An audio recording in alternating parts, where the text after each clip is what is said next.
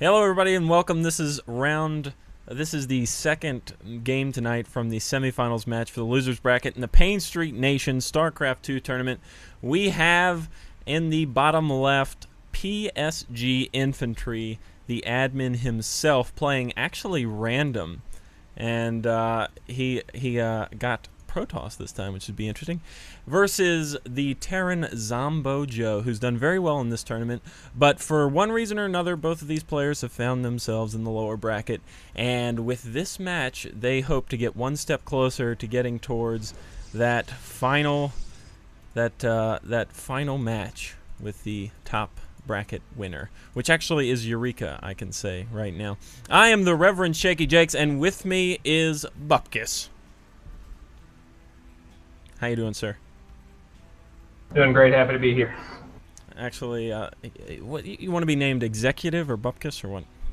Executive's fine. All right, Executive. Actually, I casted him last week. Had a very grueling matchup with what was his name? First off was against PSN Fox, and then the second match against Ozcan the Flip. Yeah, had to play a lot of games in a row. Was able to beat up on his first opponent, but lost in the second one. Let's see what our opponents are doing. Zombo Joe just putting up his barracks, gonna do a simple wall in, and it doesn't look like our Protoss player is going to bother walling in. He's putting his gateway far away from the ramp, and just getting down his assimilator. They're both scouting each other pretty much at the exact same time. Not going to get a lot of information on this point in the game, but you just want to make sure that there's not any cheese going down with those early scouts. Infantry is seeing the assimilator down for Zombo Joe. Will likely want to watch out for any kind of tech lab that might go down on that first barracks. Oh no. And there's the phone going off. Tori!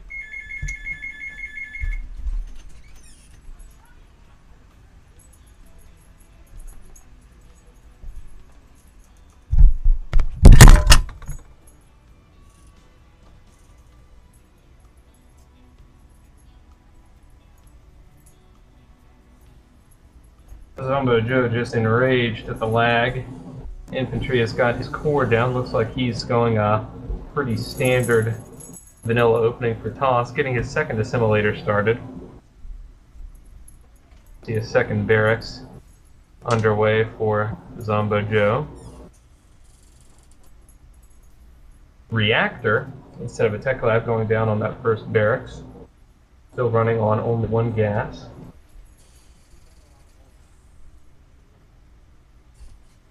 Infantry has gotten that first zealot and has started his warp gate. Very sorry about that. Everything went down at the wrong time there. Let me catch up. I'll let Bupkis do the talking here for a second. Looks like Infantry's going for that 4 gate now. He's putting down all... Oh no, that's actually a 3 gate. That other one was just a pylon. We might be seeing a 3-gate expand out of Infantry. Looks like he's chrono boosting out that warp gate upgrade from the Cyber Core. And Zombo Joe making sure that there's not any kind of shenanigans. He's putting that supply depot in a good place to have vision all over his main base. Around the 6-minute mark, we might be seeing some kind of expand go down from both players. And it looks like, actually, instead of an expansion, he's getting a robotics facility down pretty quickly. Zombo Joe has stim pack going on his tech lab here. Has 9 Marines and a Marauder. Yeah, it looks like he's going to push out a little bit with that. Maybe do a little bit of scouting. And if he can, do a little bit of push action. But I think by the time he gets there, Infantry is going to have enough units to be able to defend against that. Infantry getting those crucial early sentries, so important for holding off the early pushes from Terran and Zerg. And Zombo Joe is pushing further in Looks like he might try to do a little bit of damage here. And Infantry doesn't have a lot of units. He just got Warp Gate finished, and he's actually pumping out a lot more right now. But with those sentries, he's going to be able to wall off that entrance. And I don't think Zombo Joe's going to get a lot done here, except scouting a little bit. Zombo Joe still has 50-some seconds left on his sim pack. He was probably waiting on that stim pack to finish, but now that he sees what kind of units Infantry has, he's going to come back a little bit. And maybe, I think at this point, you'd almost need to expand, but I would think that for both of the players, none of them seem to want to do that. Infantry wisely getting that Robo-Bay, get that Colossus tech up, seeing the mainly infantry mix on his opponent.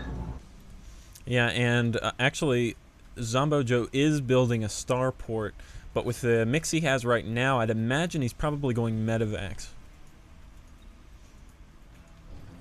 And with that, I mean, if he gets enough Colossus out, those Medivacs aren't going to do a whole lot of damage. And this scouting probe from Infantry is going to run right into the army of Zombo Joe right here at the top of the map. But there's an observer in Zombo Joe's base, so he's getting all the scouting information he needs. He's going Banshees, interestingly enough.